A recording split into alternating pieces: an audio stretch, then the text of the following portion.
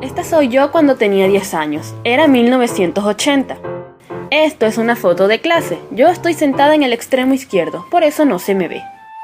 En 1979 estalló una revolución que más tarde se llamó la Revolución Islámica. Después llegó 1980, el primer año en el que era obligatorio llevar pañuelo en la escuela. No nos gustaba mucho llevar el pañuelo, sobre todo sin saber por qué. ¡Ejecución para libertad! Soy el monstruo de las tinieblas. ¡Devuélveme mi pañuelo! En las calles había manifestaciones constantes a favor y en contra del pañuelo. Yo no sabía qué pensar del pañuelo. Era muy creyente, pero mis padres y yo éramos muy modernos y vanguardistas. Nací con la religión. A los 6 años ya estaba segura de ser la última profeta. Esto era unos años antes de la revolución. Antes de mí hubo otros. Como todos mis predecesores, yo tenía mi libro sagrado. La única que estaba al corriente de mi libro era mi abuela. Regla número 6. Todo el mundo tendrá un coche. Regla número 7. Todas las criadas deben comer con los señores. Y regla número 8. Ninguna anciana debe sufrir. Si es así, yo seré tu primera discípula. ¿De verdad? Pero dime una cosa, ¿cómo harás para que las ancianas no sufran? Bueno, muy simple, estará prohibido. Todas las noches tenía largas conversaciones con Dios. Dios, dame más tiempo. Aún no estoy preparada. Así se hizo la revolución en mi país. Lo sabía todo sobre los niños palestinos, sobre Fidel Castro, sobre los pequeños vietnamitas asesinados por los americanos, sobre los revolucionarios de mi país, pero mi libro preferido era un cómic titulado El materialismo dialéctico. En mi libro aparecían Marx y Descartes. El mundo material no existe, no es más que un reflejo de nuestra imaginación. Vaya. Entonces, esta piedra que tengo en la mano, la ves pero no existe, porque solo está en tu imaginación. Eso mismo. ¡Ay, ay! ¿Qué haces, Carl? Me has abierto la cabeza. Era divertido ver cómo se parecían Marx y Dios. Puede que Marx tuviera el pelo más rizado. ¿Así que ya no quieres ser profeta? Hablemos de otra cosa, ¿quieres? ¿Crees que me parezco a Marx? Te he dicho que hablemos de otra cosa. Mañana hará buen tiempo. Habrá 27 grados a la sombra. Shh, espera. Esta tarde han prendido fuego al Cine Rex. ¡Oh, Dios mío! Unos minutos antes del incendio cerraron las puertas con cadenas. La policía estaba presente. Prohibieron que los ciudadanos socorrieran a las víctimas encerradas. Después los aporrearon. Los bomberos llegaron 40 minutos más tarde. Informaron a la BBC de que había 400 muertos. El régimen del Shah culpó de la masacre a los fanáticos religiosos, pero el pueblo sabía que había sido culpa del Shah. Mañana hay una manifestación. Evidentemente, no se puede permitir que pasen estas cosas. Yo también quiero ir. ¿No crees que me parezco a Che Guevara? ¿Dónde estás?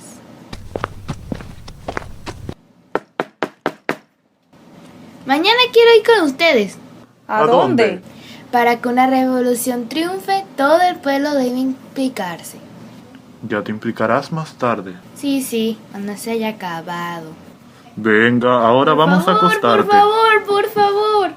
Dios, ¿dónde estás? Pero aquella noche no volvió.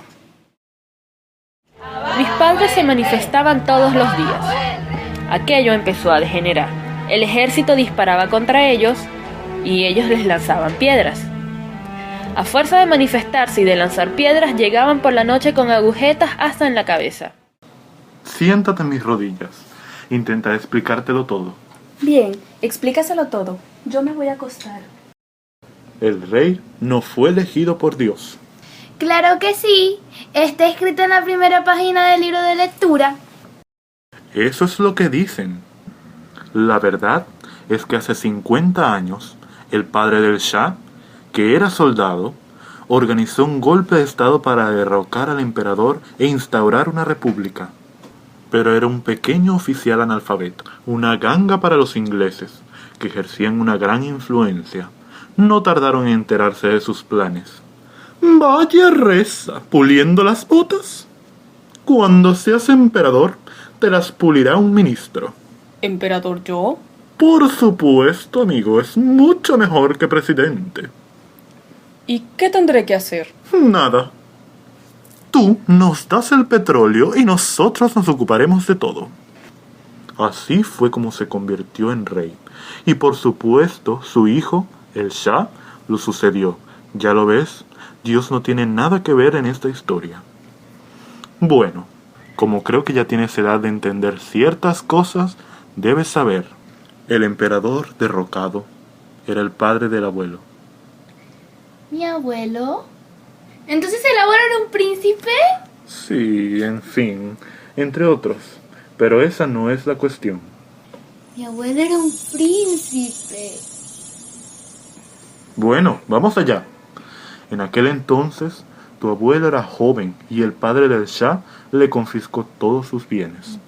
Y como su entorno estaba formado por ignorantes, tu abuelo fue nombrado primer ministro. Pero he aquí que, desheredado de su destino de príncipe, empezó a codearse con los intelectuales. Entonces se hizo comunista. Así que conoció la prisión con regularidad. Algunas veces lo metían durante horas en una celda llena de agua. Padeció dolores por todas partes durante toda su vida. Vamos, eso ya es del pasado. Esa noche estuve mucho rato en la bañera. Quería saber cómo era una celda llena de agua. Entonces me di cuenta que no sabía nada. Leí todos los libros que pude. Nunca había leído tanto como en aquella época.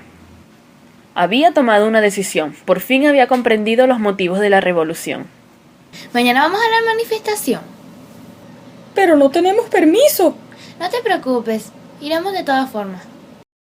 Portaos bien. Mary, no te olvides de hacer el pollo. Sí, señora. Hasta luego. Ahí está la manifestación. Estuvimos gritando de la mañana a la noche. Es tarde. Tenemos que volver. Sí. ¡Viva la República! Abajo el Shah. ¿Pero dónde se han metido? Nos manifestamos justo el peor día, el Viernes Negro. Aquel día hubo tal cantidad de muertos en otro barrio de la ciudad que corrió el rumor de que los responsables de aquella carnicería habían sido los soldados israelíes. Pero los que pegaron fuerte de verdad fueron los nuestros. Tras el Viernes Negro se sucedieron las masacres, hubo muchos muertos. El fin del Shah estaba próximo. Un día hizo un discurso por la tele. Cuanto más intentaba democratizarse, más estatuas suyas caían. El pueblo solo quería una cosa, que se marchara, así que finalmente... El día de su marcha, el país vivió la fiesta más grande de su historia. Unos días más tarde, los prisioneros políticos fueron liberados, 3.000 personas en total. Nosotros conocíamos a 2. Shamak, me hace tan feliz verte otra vez entre nosotros.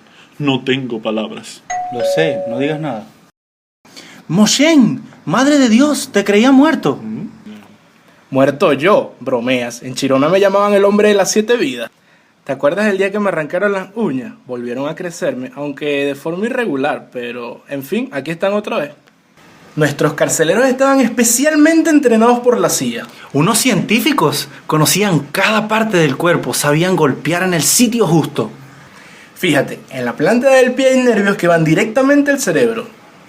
Mis padres estaban tan afectados que se olvidaron de ahorrarme aquella experiencia. ¿No tienes noticias de Ahmadi? Ahmadi fue asesinado. Como era miembro de la guerrilla, le hicieron pasar un calvario. Llevaba cianuro encima por si lo detenían, pero lo pillaron por sorpresa. Desgraciadamente, no pudo utilizarlo. Tuvo que padecer las peores torturas. Le quemaron con una plancha ardiendo. Nunca había pensado que aquel aparato se usara para torturar. No sabía lo que era la justicia, ahora que la revolución había acabado definitivamente. Yo abandonaba el materialismo dialéctico de mis cómics. El único sitio en el que me sentía segura era entre los brazos de mi amigo. Así que mi padre no era un héroe. Pero un día descubrí por fortuna la historia de Anoch, mi tío. Era el único al que no conocía, y por un buen motivo. Había estado en la cárcel. Por primera vez después de 30 años mi abuela estaba con sus 6 hijos. Vino a vivir con nosotros y la primera noche me contó todo lo que había pasado. A los 18 años se fue con su tío, que estaba en contra del régimen del Shah, consiguiendo así que su padre, es decir, mi abuelo, lo considerara un traidor. Se convirtió en el secretario de su tío, a quien pronto encarcelaron por lo que tuvo que huir.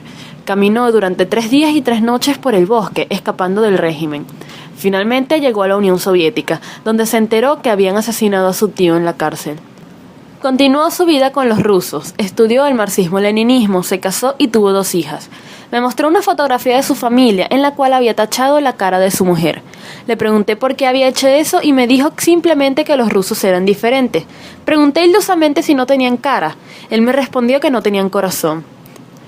Tras divorciarse se sentía muy solo, extrañando a su familia. Decidió volver disfrazado, pero lo descubrieron al instante. Estuvo 9 años en la cárcel. Esa noche me regaló un cisne que hizo en la cárcel con miga de pan. Mientras Anouch estuvo en casa, viví un periodo apasionante. Asistí a conversaciones políticas de primera magnitud. En ocasiones, incluso, le explicaba mi opinión. Los revolucionarios de ayer se convirtieron en los enemigos de hoy. Primero fue Mousen, a quien encontraron ahogado en su bañera, supuestamente un suicidio. Después fue Shamak, quien cruzó la frontera junto a su familia escondidos en un rebaño de ovejas.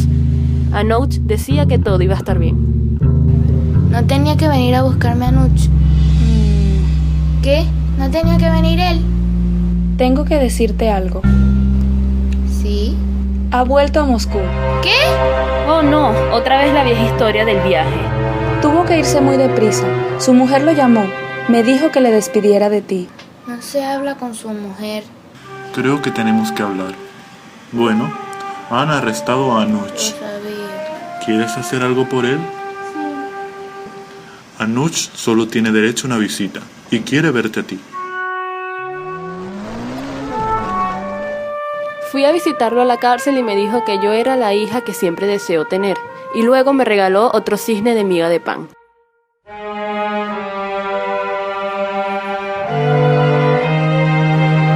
Margie, ¿qué pasa, hija mía? Sal de mi vida, no quiero volver a verte.